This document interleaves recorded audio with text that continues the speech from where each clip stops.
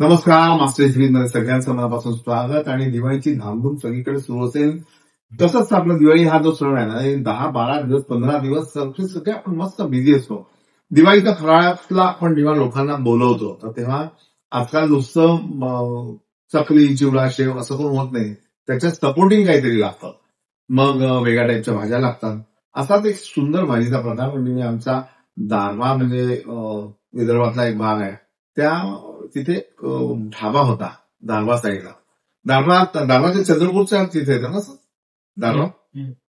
यवतमाळच्या साईडला तो दारवा भाग आहे. तर तिथे एक ढाबा आहे. मला नाव माहिती आहे, पण मला जर नाव मिळालं तर तुम्हाला नक्की सांगेन. तिथे त्यांनी एक फॅन्सी काहीतरी करावं, कारण बड़ी बड़ी गाड़ियां आती है, बोले लोग उतरते हो, हमारे पास तो एक देसी खाना होता है. तो फिर मैंने वो सब्जी बनाई. बोला कौन सी सब्जी बनाई? तो बोले मैंने काजू लहसन की सब्जी. बोला काजू लहसन मतलब मंगाव. आणि लसणाची भाजी म्हणजे थोडंसं कल्पना करायला थोडंसं हे पचत नव्हतं, पण पदार्थ मात्र बसला आणि तो तुम्हाला दाखवावासा वाटतो. चला सुरुवात करू. आता तेल ढाब्याची रेसिपी म्हटली म्हणजे तेल थोडंसं राईट हँडला जास्त असतं, पण हे मी जास्तच घेतोय कारण याच्यामध्ये आपल्याला काही गोष्टी तळून घ्यायच्या आहेत.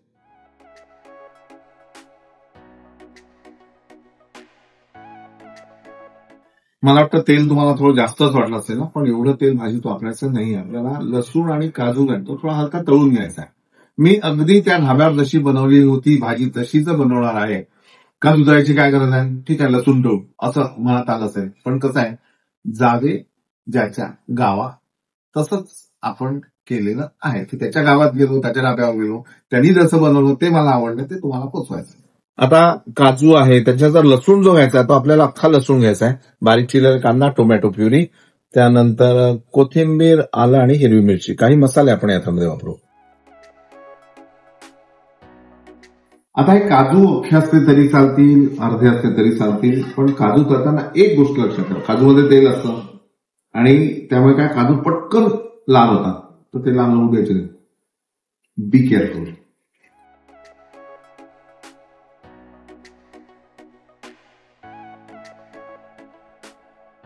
साधारण एवढे लाल होत आले की ते लगेच काढून घ्यायचे.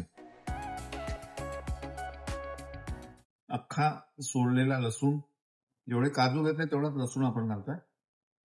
आता जेवढे काजू घ्या तेवढेच लसूण घ्या असं तुम्हाला म्हटलं, पण तुम्हाला जर लसूण आवडत नसेल थोडा कमी केला तरी चालेल. आणि लसूणचं काय होतं, आता जेवढा तुम्हाला उग्र वाटतो कच्चा असताना, तर तळल्यानंतर लसूण सॉफ्ट होतो, तर तेवढा उग्रपणा नसतो त्याच्यामध्ये.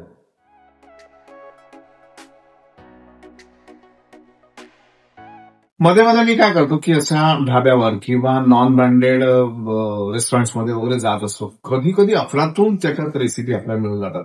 आणि ही सवय तुम्ही सुद्धा ठेवा. म्हणजे कोणी शेफ मंडळी असतील, रेस्टॉरंट ओनर्स असतील, त्यांनी सुद्धा ही सवय ठेवावी की मेरा रेस्टॉरंट में दुसरे रेस्टॉरंट में क्यों जाऊ. ते चुकीचं आहे. सगळ्यांकडे काहीतरी कलागुण असते, ती त्यात आपल्याला पाहिजे फक्त बघावं लागतं काय असतं.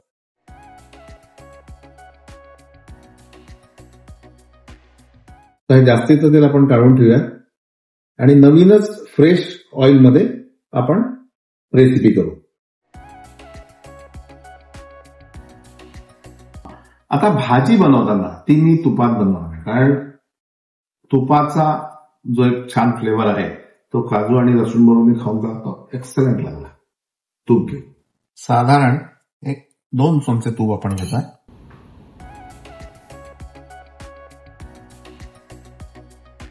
आता जे काय मसाले असतील ते आता 2-3 मी लवंगा घेतल्या, थोडी काळी मिरी, हिरवी वेलची आणि दालचिनी,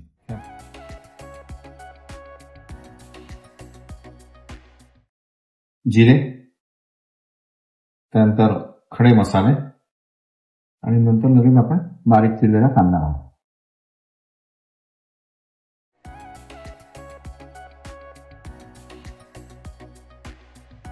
आता यामध्ये जे आपण मसाले घालते त्यामध्ये कुठलाही असा प्रमाणबद्धता नाहीये. तुमच्या घरी जे उपलब्ध असतील मसाले ते तुम्ही घालायचे, कारण हे बेसिकली टिपिकल धाब्यावरचा प्रकार आहे. त्याच्यामुळे सगळे मसाले तिथे असतात नसतात असं काही नाही. त्याच्यात तुम्ही थोडीशी जायपत्री घातली तरी छान लागेल, स्टारफूल असेल ते घातलं तरी छान लागेल. काहीच नसेल तर थोडासा गरम मसाला घालाय. असा हे नाही की हे सांगितलं तर हेच घालायला पाहिजे. फक्त ती एक बेसिक काजू देन टोमॅटो, देन लसूण आणि थोडंसं क्रीम, अशी जी चव भन्नाट येते ती अप्रतिम असते.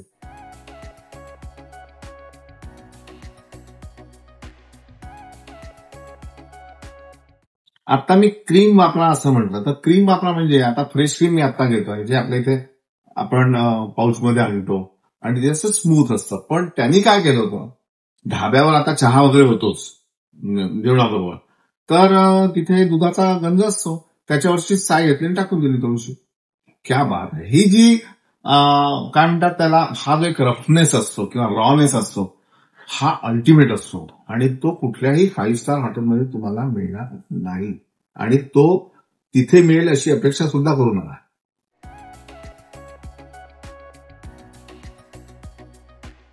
आता छान ब्राऊन झालेला आहे कांदा.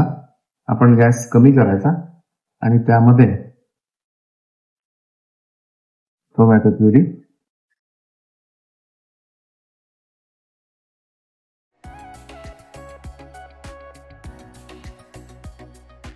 आता मी यामध्ये टोमॅटो प्युरी घालते. तर टोमॅटो प्युरी म्हणजे मग तुम्ही कशी, कच्ची घालायची का, ही शिजवून घ्यायचा टोमॅटो? तर माझ्या हिशोबाने तुम्ही टोमॅटो शिजवून नंतर त्याला मिक्सरमध्ये बारीक करून गाळून घ्या. ती प्युरी सगळ्यात छान त्याला पाणी सुटत म्हणजे भाजी तयार झाल्यानंतर, कारण याला घट्टपणा आणण्यासाठी आपण काहीच वापरत नाहीये. त्याच्यामुळे ही एक काळजी तुम्ही नक्की घ्या. त्यानंतर मी याच्यात तेजपान म्हणजे तमालपत्र आणि एक स्टारफूल माझ्याकडे आहे, ते पण टाकून देतो. आणि त्याचबरोबर मी यामध्ये घालणार थोडीशी हळद, त्यानंतर लाल तिखट चवीनुसार, अगदी थोडीशी जिरे पावडर, थोडीशी धना पावडर आणि कसुरी मेथी, थोडी हिरवी मिरची.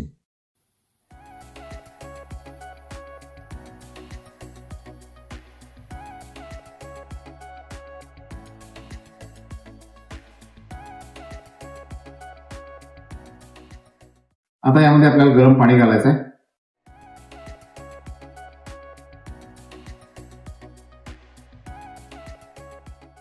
थोडं पाणी अजून घालू, कारण काजू जो आहे तो पाणी पिईल.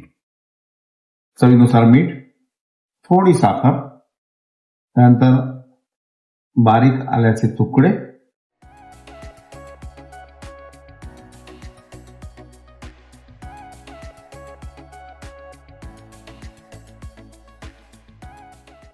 यानंतर फ्रेश क्रीम. मला थोडं सॉफ्टनेस जास्त आवडतो म्हणून मी फ्रेश क्रीम जास्त घालतोय. त्यानंतर बारीक चिरलेली कोथिंबीर आणि सर्विंगची तयारी. क्या बात आहे.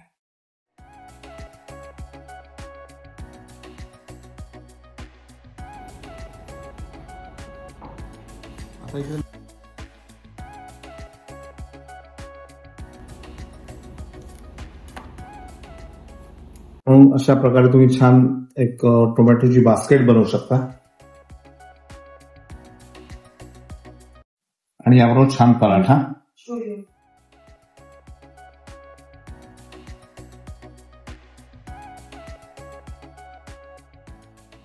सो काजू आणि लसूण असा एक वेगळं कॉम्बिनेशनची भाजी दिवाळीला नक्कीच तुमची वाहवा करते, त्याची मला खात्री आहे. आणि त्यांनी वाहवा केल्या मात्र एक काम करायचं.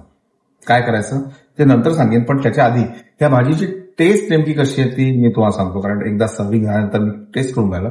लसूण माइल्ड झालेला होता, काजू एक आपली वेगळीच होते आणि आंबट गोड असं तिखट असं छान मिश्रण, ते कॉम्बिनेशन जे एक्सलंट होतं. म्हणजे बोलताना सुद्धा तोंडाला पाणी सुटायला हवं आणि ते मला सुटत आहे. तुम्हालाही सुटलं तर काय करा, माझी आठवण करा. नमस्कार.